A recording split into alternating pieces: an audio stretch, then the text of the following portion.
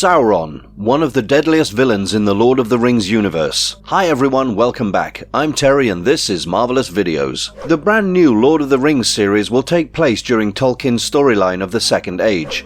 This series, like the Lord of the Rings trilogy and The Hobbit, will most certainly have Sauron as the central antagonist. However, the Rings creator was not always malevolent. Based on Peter Jackson's original series of films, Sauron is a relatively enigmatic and straightforward villain. When he first appears, he's referred to as the Dark Lord Sauron, and he, quote, poured into his ring all his hate, wrath and desire to control all life. It's also assumed that Sauron was evil from the start, yet this is not the case. The misconception arises from the trilogy's failure to go deeply into Sauron's history.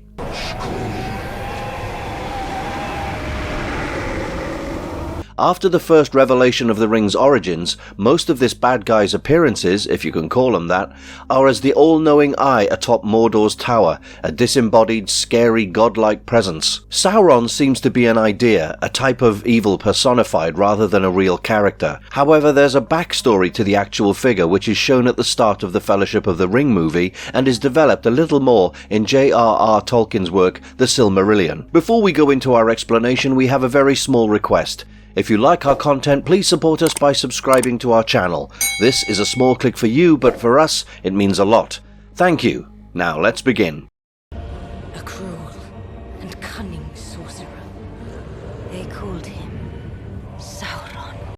A brief backstory of this twisted antagonist. On the 2nd of September, the Lord of the Rings, the Rings of Power, once again will transport us to Middle-earth. The show will certainly address the most significant event that occurred during the Second Age, the emergence and collapse of the island nation of Númenor. That suggests we're also probably going to see the main antagonist of that specific story. Even if you've only watched Jackson's movies, you'll recognize this evil character. The Dark Lord, whose name was Sauron, was a crucial factor in Númenor's downfall. He also lived until the Third Age, during the period when the events of the Lord of the Rings books and movies actually take place. But where did he come from, and how did he ascend to such extreme power in Middle-earth? Sauron is the titular character and principal adversary of the Lord of the Rings by J.R.R. Tolkien, where he dominates Mordor and aspires to rule all of Middle-earth through the crafting of the One Ring. He is also named the Necromancer from Tolkien's previous masterpiece The Hobbit in the same work. According to the Silmarillion, he was the principal lieutenant of Morgoth, the first Dark Lord.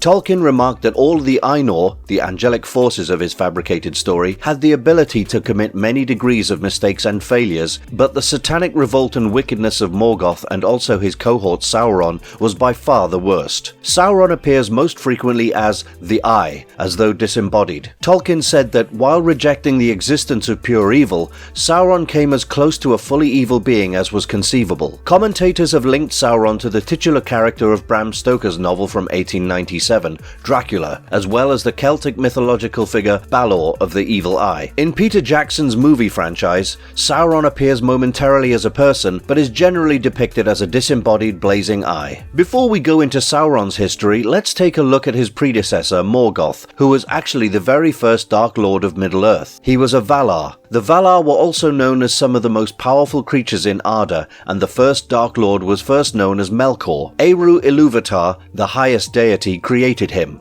Melkor existed at the beginning of time and arrived in Arda with the rest of the Valar. Initially a pure entity, he ultimately rebelled against his maker, took up the name Morgoth, and then was finally exiled from Arda and thrown into the void. But before all of that, he caught the attention of another prospective Dark Lord. Sauron began his life as Myron, the Admirable, a mighty Maya, spirits that came to Arda to assist the Valar in shaping the universe. Some other famous Maya are Saruman and Gandalf. In the beginning, he was a chaste and orderly entity who mastered the skill of forging, but he became selfish and finally joined forces with Morgoth. Though he obeyed the first Dark Lord Morgoth, it's essential to note that he didn't always share his beliefs. While While Morgoth was preoccupied with conquest, Myron desired to influence the thoughts and wills of Arda's inhabitants. Myron was deceitful throughout his time with Morgoth. He kept up appearances, indicating that he was loyal to the other Valar. However, when Morgoth established himself in Middle-earth, Myron abandoned the pretense and declared his devotion to the Dark Lord. It was then that he earned the moniker Sauron, or the Abominable. Following Morgoth's defeat by the Valar, Sauron took up the position of the next Dark Lord and attempted to rule Middle-earth and even Númenor by cunning manipulation, the Rings of Power being the most visible manifestation of this, or his overwhelming armies.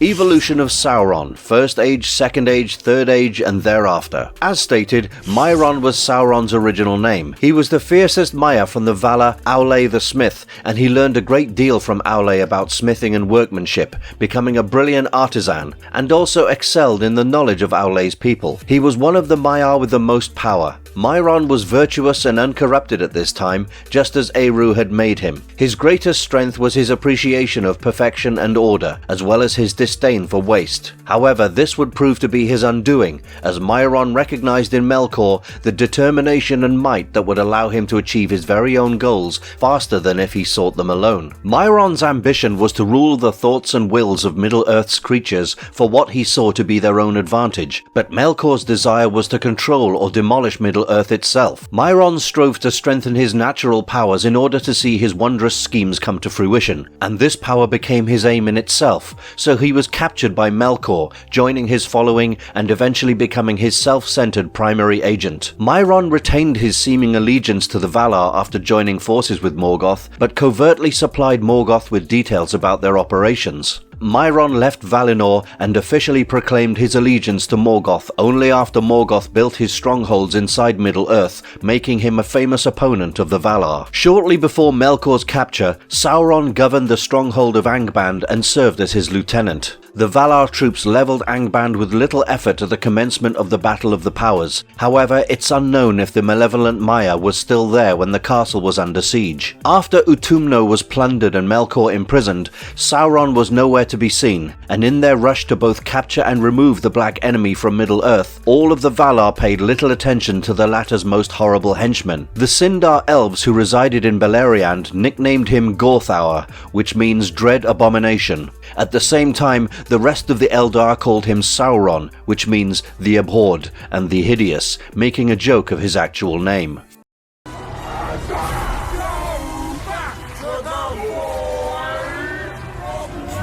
First Age. During the First Age, the Noldor elves stopped being a part of the Blessed Realm, also known as the Land of Valinor, which was included in the Utter West, despite the Valar's advice in order to declare war on Morgoth, who had stolen the Silmarils of Feanor, which were magical jewels that blazed with light from the now destroyed trees of Valinor. During the fight, Sauron was regarded as the worst of Morgoth's servants that have names, and he became dreaded as a ruler of phantoms and terrifying monsters, a shapeshifter, magician, and clever servant of his king. When Morgoth departed Angband to corrupt the freshly awoken Atani men, Sauron oversaw the fight against the elves. He seized the elvish region of Tol Sirion, renaming it Tolin Gawroth, or the Isle of Werewolves. He had been the lord of the werewolves here, and Draugluin was the werewolf's sire. Thuringwithil the vampire was Sauron's herald. After the Battle of Dagor Bragolach in the FA 456, Sauron's soldiers took Gorlim and quizzed him about Barahir,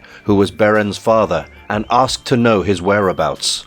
Gorlim refused to reveal anything to them, even under duress, until Sauron himself appeared and bargained with the man. Gorlim requested that his bride, Eillinel, who he believed was captured, be spared. Sauron agreed to his conditions and relented, and Gorlim divulged the information. However, Sauron later disclosed that Eillinel had died, and then proceeded to execute Gorlim.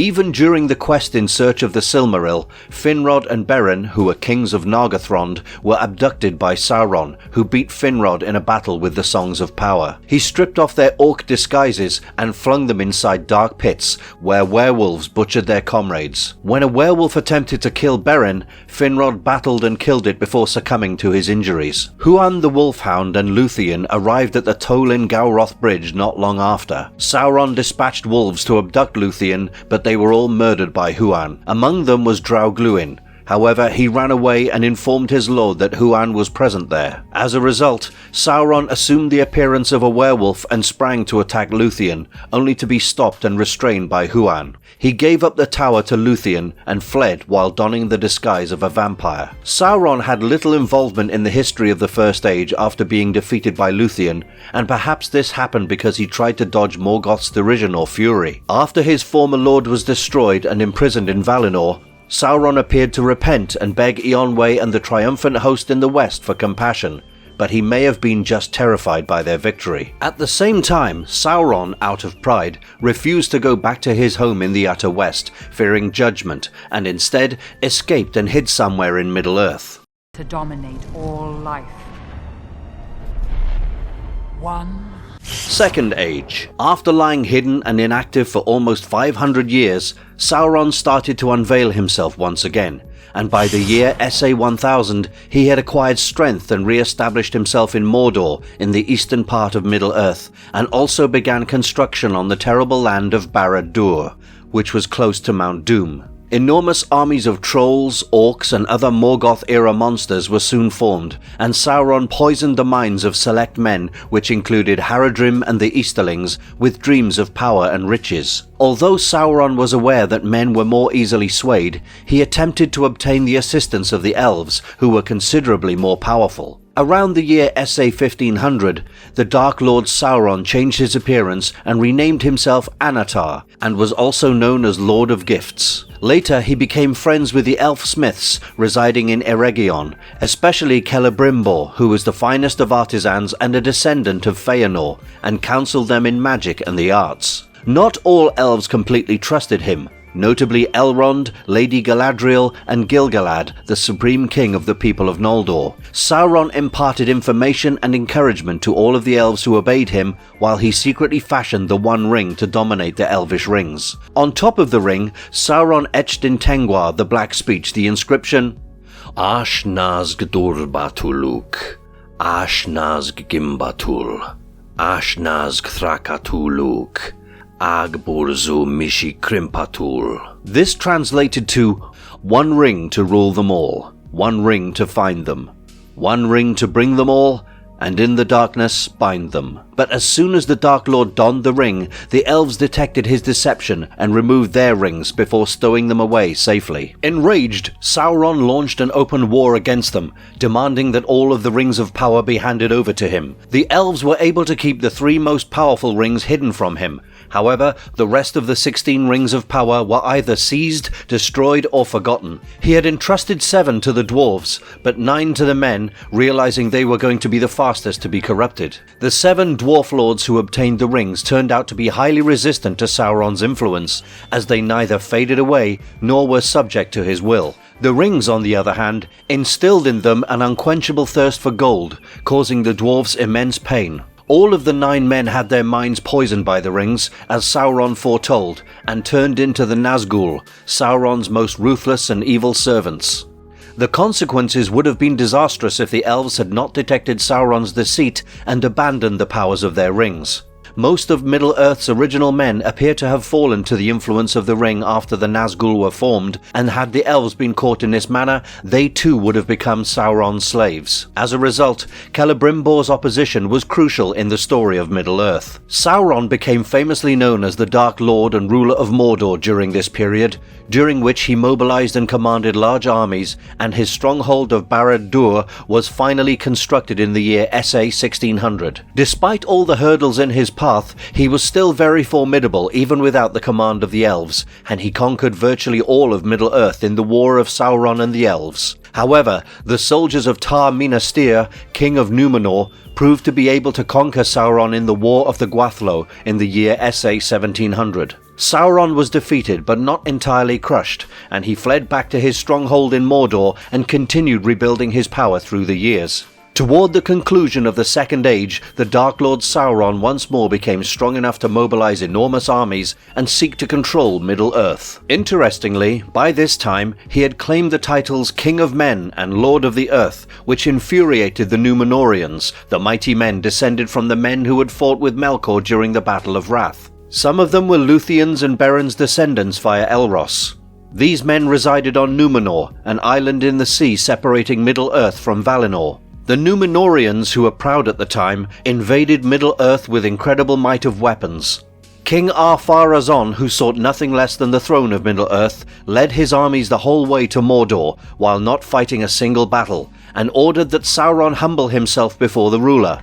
Even the strongest and most powerful of Sauron's underlings could not stand up to the Númenóreans, so he returned from Barad-dûr without even a promise of war. He took on a beautiful appearance and pleased Ar-Pharazôn. However, the king ordered that Sauron return to Numenor as a captive. Sauron seemed to be disappointed by this development, but he was secretly happy as it provided him with a chance to annihilate the Númenóreans from the inside. After only a few years in Numenor, he rose from prisoner to the king's closest and trusted counsel, and practically the entire king's court loved him and fawned over him. Using their fear of death, he persuaded many Númenóreans to worship Morgoth, claiming that Morgoth would have the ability to protect them from death. As his authority and power grew, he built a massive temple, inside which he sacrificed humans to Morgoth. Eventually, he persuaded Ar-Pharazôn to revolt against all the Valar and strike and conquer Valinor and have it for himself. But Sauron's ingenuity overreached itself here, and Eru interfered directly. Numenor was submerged under the sea, and the vast navy of Numenor was destroyed. And the army that extended to Aman was buried beneath mountains of crumbling rock and trapped inside the caves of the Forgotten. The universe was twisted such that only the special elven ships could sail towards the utter west from then on. Sauron's physical form was destroyed, but his soul was not weakened, and he escaped back to Mordor along with the ring, where he gradually constructed a new body for himself and worked on his might. He lost his capacity to take on a fair shape after this moment, and governed his people with an iron fist now via intimidation and force. A few devoted Númenóreans commanded by Elendil were spared from the terrifying flood, and they established two realms while in exile, Gondor and Arnor, in Middle-earth. After discovering that Elendil, who he had especially despised, had lived and was establishing a kingdom on his frontiers, Sauron declared war on them. However, he was overconfident and struck too soon, and had not recovered most of his power. But on the other hand, the elven king, who was named Gil-galad, had grown his power in Middle-earth during his absence. As a result, when Gil-galad joined forces with Elendil to form the final alliance of men and elves, they jointly battled Sauron. During the War of Dagorlad, they defeated his army and laid siege upon Barad-dûr for almost 7 years. Eventually, Sauron appeared and duelled Gil-galad and Elendil, defeating them both single-handedly. Nevertheless, he was overthrown during the process. After this incident, Isildur, who was Elendil's son, picked up his father's shattered sword, which was named Narsil, and used it to sever Sauron's finger from the One Ring, separating them both. Sauron's corporeal form was destroyed, but his soul survived and escaped. But his mission to destroy the Free Peoples appeared to have failed, with his most powerful weapon stripped from him. But, having obtained the ring, Isildur could not allow himself to burn it in the flames of Mount Doom, which was the location of the ring's creation, and instead retained it for himself. He was finally betrayed by the ring and killed by orcs while at the Gladden Fields a few years later. The ring was lost for about 2 millennia after falling into the Gladden River.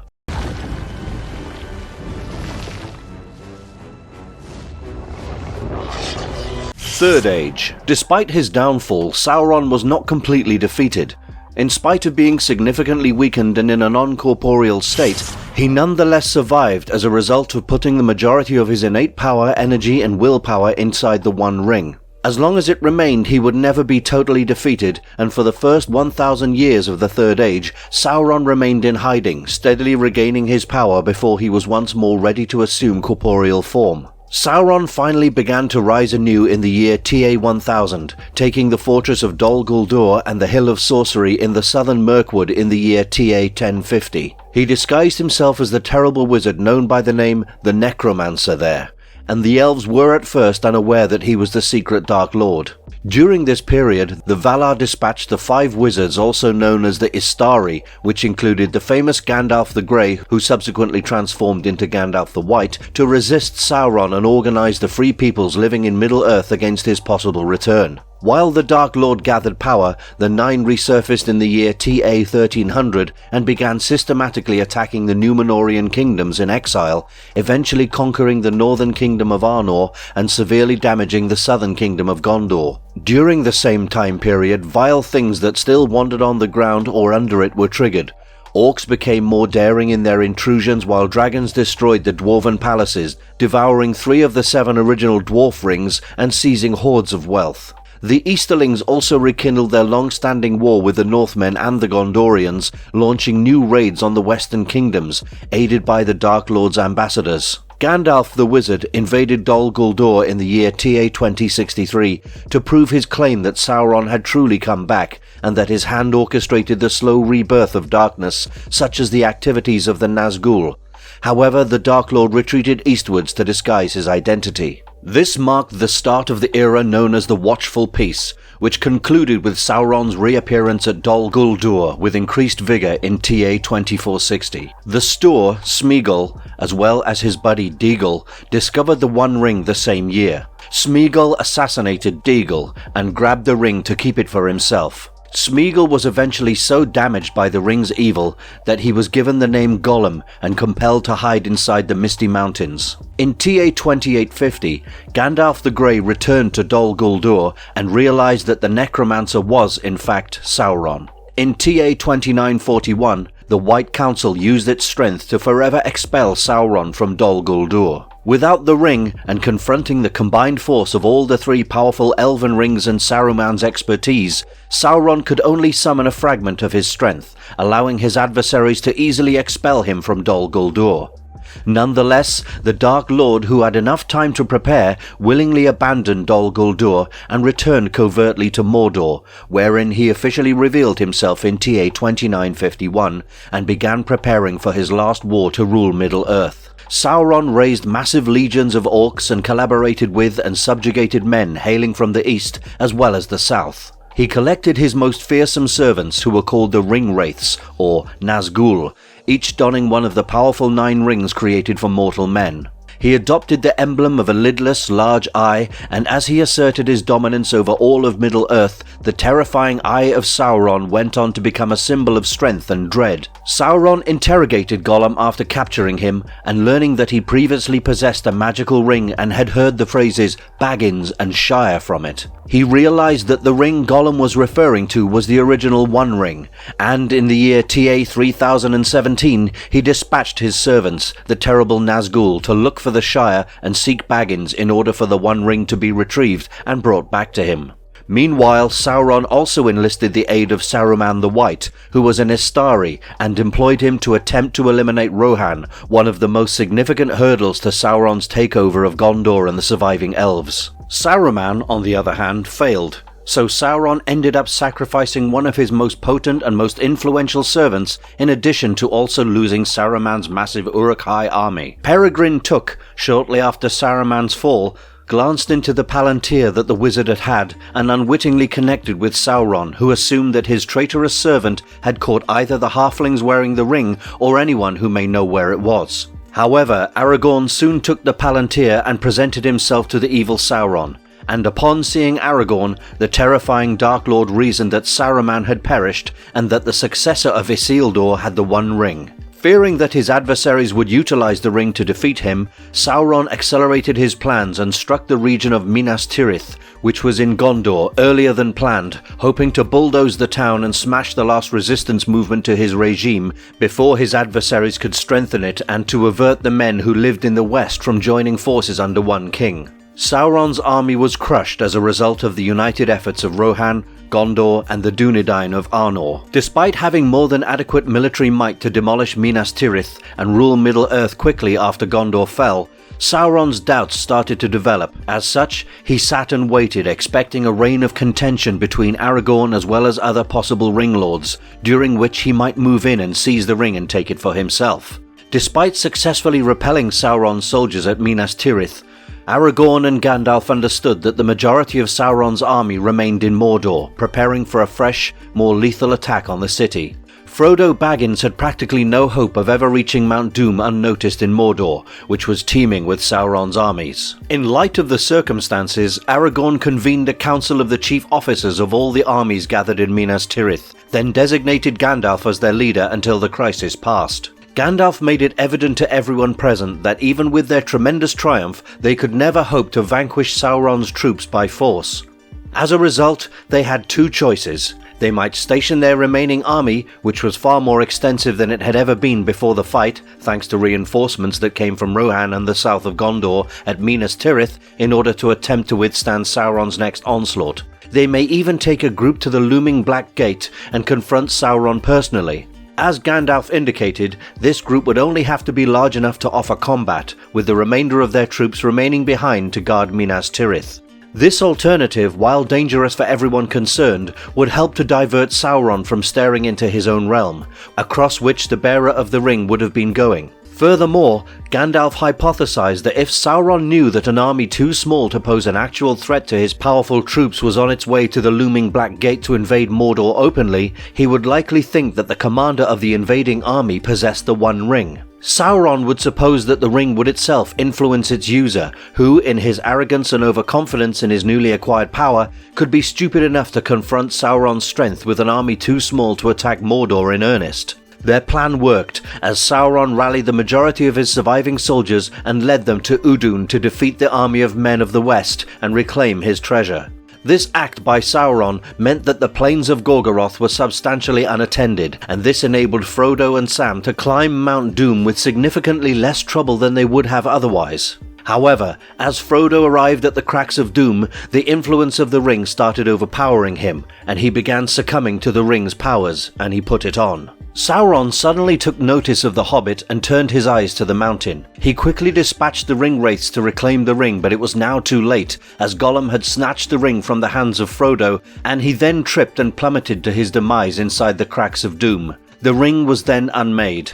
The earth trembled as a tremendous sonic boom rippled throughout Mordor, and the roots of Barad-dûr finally were shattered, bringing the ancient stronghold to collapse into rubble once and forever. Mount Doom's cone shattered in a violent explosion, consuming the last 8 Nazgûl. Now, with his supply of strength gone, Sauron was utterly beaten, and his troops were slaughtered or scattered, devoid of the driving desire that fueled their conquest. With the ring's obliteration, Sauron was stripped of his tangible body for good, minimizing him to a malignant spirit that drifted above Mordor in the form of a massive shadow, lightning-crowned, impenetrable, terrible, but also impotent, only to be blown away by a gust of wind. He had ended up on the same route as his former master Morgoth, cast aside into the void, punished to be a sleepless entity that fed on itself to survive. With the disintegration of the powerful ring, the central part of Sauron's essence and power were eternally destroyed. Sauron's strength was permanently weakened, and the danger of his rule was forever eliminated.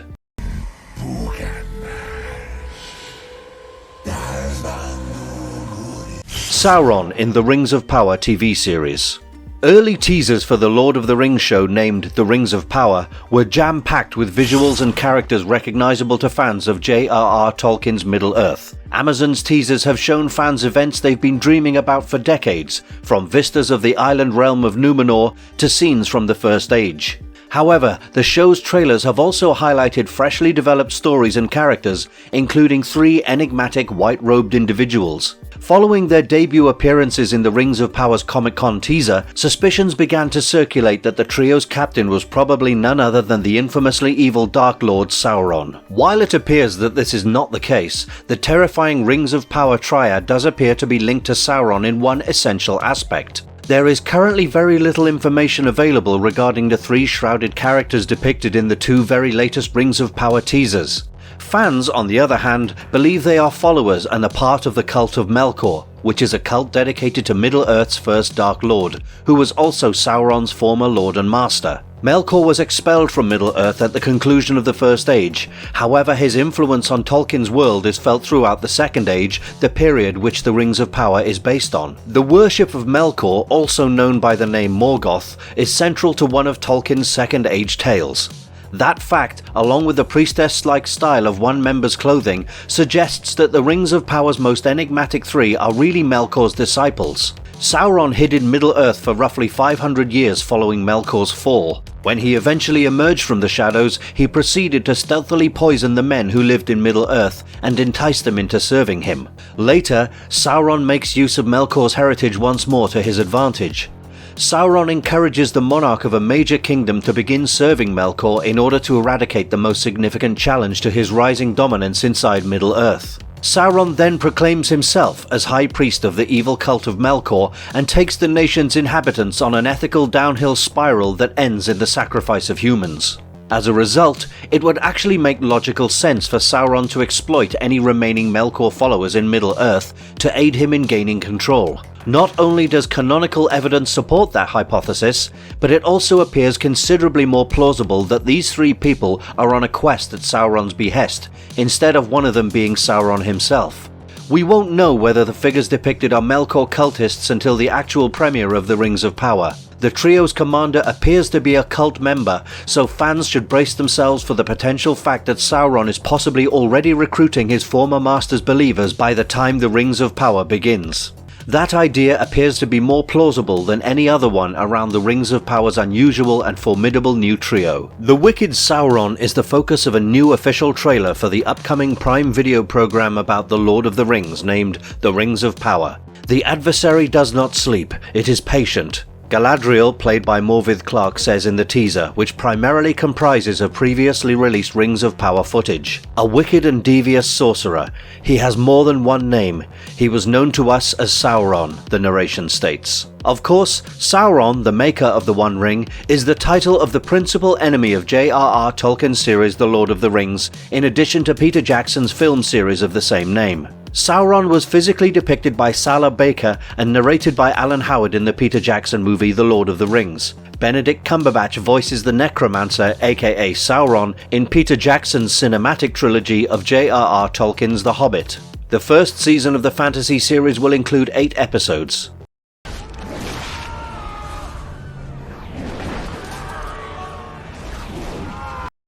What motivates Sauron to be this destructive entity, and what is his fall? Sauron, as the main antagonist of the Second as well as the Third Ages, raises many doubts about his motivations. How did he turn into the vile figure that we know and respect? Why would he risk sending a large portion of his natural strength into the One Ring, knowing that it may lead to his demise? Let's examine his descent and motivations through the lens of Tolkien's own tales and letters. Despite having risen like Morgoth's shadow, Sauron was not the same as his former master. His downfall was neither the result of noble intentions, nor was he the originator of dissension. Sauron came from the Maiar, spirits born from the thoughts of Ilúvatar. He existed before the physical universe was formed. Originally, Sauron, known as Myron, or also the Admirable at the time, was linked with the inhabitants of Aule, and as a result, he was an extremely skilled craftsman. As the Maiar shifted sides, his title Myron was no longer used by other individuals, though he continued to refer to himself as Tar Myron,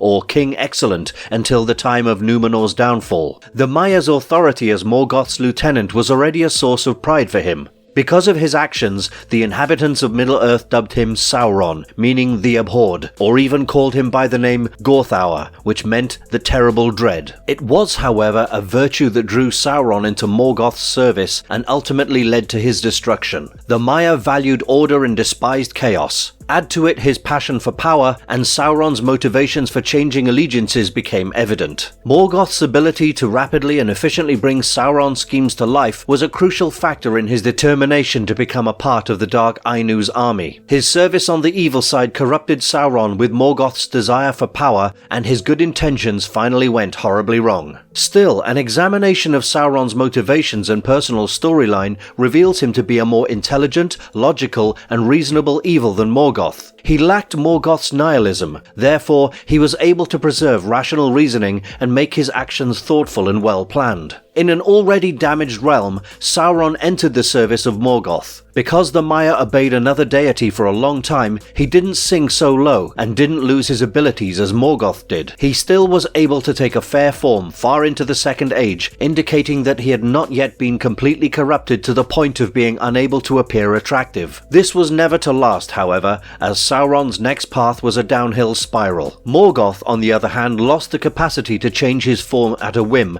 at the start of the First Age and was no longer capable of concealing his hatred with good looks and became irrevocably incarnate. After Morgoth was defeated in the War of Wrath, the wicked Sauron repented, although out of fear because Manwë's messenger Eonwë could not pardon all of those from his own kind. Sauron was to travel to Valinor and meet Manwë personally. That Sauron couldn't do for fear of being humiliated. Furthermore, he was accustomed to the control he possessed while serving Morgoth and was unwilling to relinquish it. As a result, Sauron remained in Middle-earth. His early goals were fair, or at least cloaked in fair forms, just as they were when he joined Morgoth. Sauron sought to aid in the restoration of Middle-earth following the devastation caused by the War of Wrath. His lovely words, bolstered by his fair looks, were just what the elves desired. So, with the exception of Gil-galad and Elrond, they listened to him and followed his instruction. It eventually resulted in two things. Tolkien described Sauron's first aim to cure the regions of Middle-earth as a veiled attack against the gods. In his heart, Sauron believed that all the Valar had forsaken Middle-earth and no longer cared about it. As a result, he advocated for making Middle-earth as lovely as Valinor and for maintaining these areas free of degradation. By doing so, Sauron put the Valar to the test in his quest to establish a utopia on the opposite or other side that lay beyond the sea. This, along with his ever-increasing pride, fueled by others' appreciation for his vast knowledge, spurred his desire for total power. But as an eternal spirit, he aspired to be the God King, not merely the lord of the entire world as his servants perceived him. Tolkien claims that if he had won, he might have demanded divine honor from all rational beings, as well as unlimited temporal sovereignty over the entire globe. It is here that the Rings of Power come into place. We understand that Sauron didn't have anything against the survival of the world as long as he was able to do whatever he pleased with it. Thus, he created the One Ring to accomplish this. Unlike Morgoth,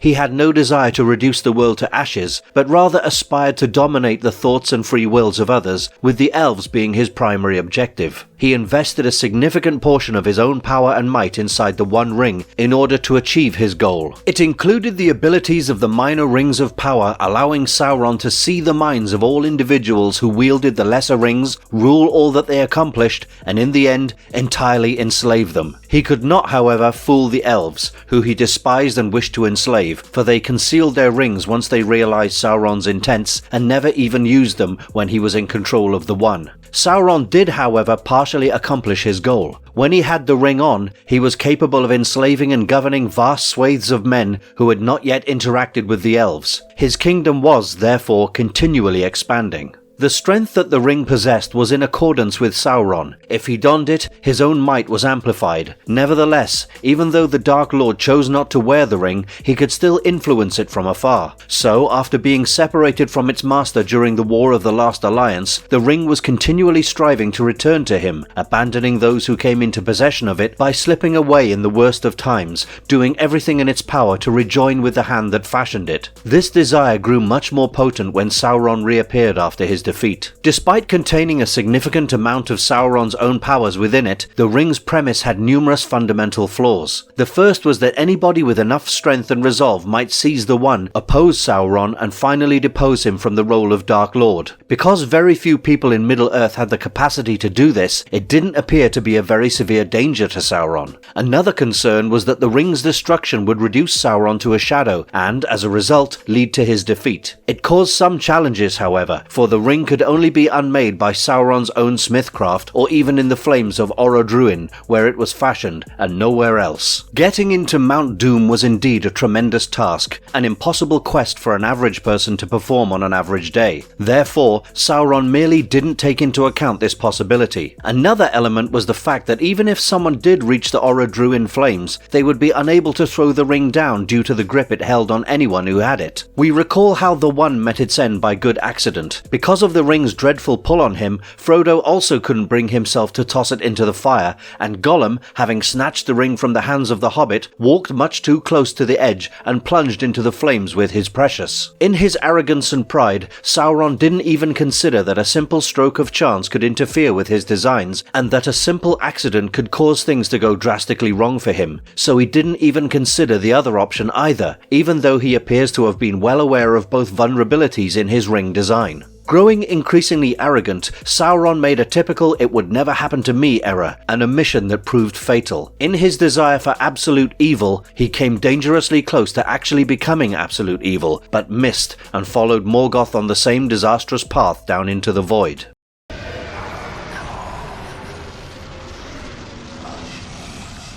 What makes Sauron so powerful? Sauron, being one of the most powerful Maiar, is physically superior in every way. He possesses enhanced physical prowess. Sauron, being an ethereal creature, is resistant to ordinary firearms and weapons. Sauron has the ability to assume any shape he wishes. However, since his master's demise, he's been unable to take a fair form, making him a skilled shapeshifter. He can also perform telekinesis and use his thoughts to lift items around him. Sauron, like Morgoth, has been proven to be able to alter the universe to his liking, basically allowing him to change the battleground at will. For instance, he has complete control over Mount Doom's eruptions, to the degree that he exploits its lava chamber as a weapons foundry. He also has the ability of world manipulation. He may even call meteors from the skies to annihilate battalions of humans around him. Sauron is impervious to fire-based assaults. He once stood amid a mountain of fire and never flinched. His spirit, being a Maiar, has lived from the beginning of time and therefore cannot be permanently destroyed, making him theoretically eternal. If Sauron's body is ever destroyed, he will undoubtedly reconstruct it in a few decades. However, his power is not restricted to himself, as he has previously revived orcs in a fight. He can also shadow walk,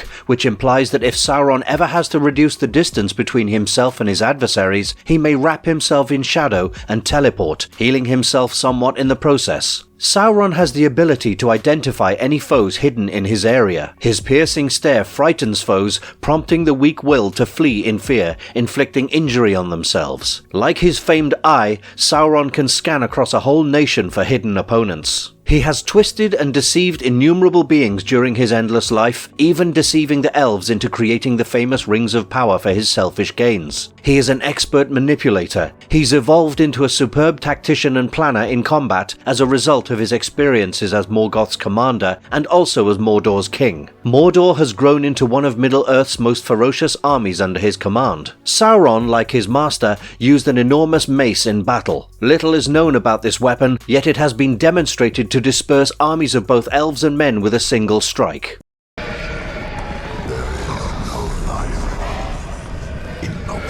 Conclusion. Sauron has not always been wicked. He has a kind heart. It is his excess, his fixation with order and discipline, that transforms and makes him the Dark Lord. Indeed, while he's the principal enemy in the trilogy of The Lord of the Rings, and definitely has terrible goals, he's not an evil incarnate being even then. His motivations, although self-centered and evil, arise from a personal preoccupation with orderliness, something immaterial and ethically neutral. His fixation, on the other hand, leads to indisputably wicked actions. And if you liked our content, don't forget to leave a like and subscribe to us if you haven't already. Have a good one. Thanks for watching, and see you next time.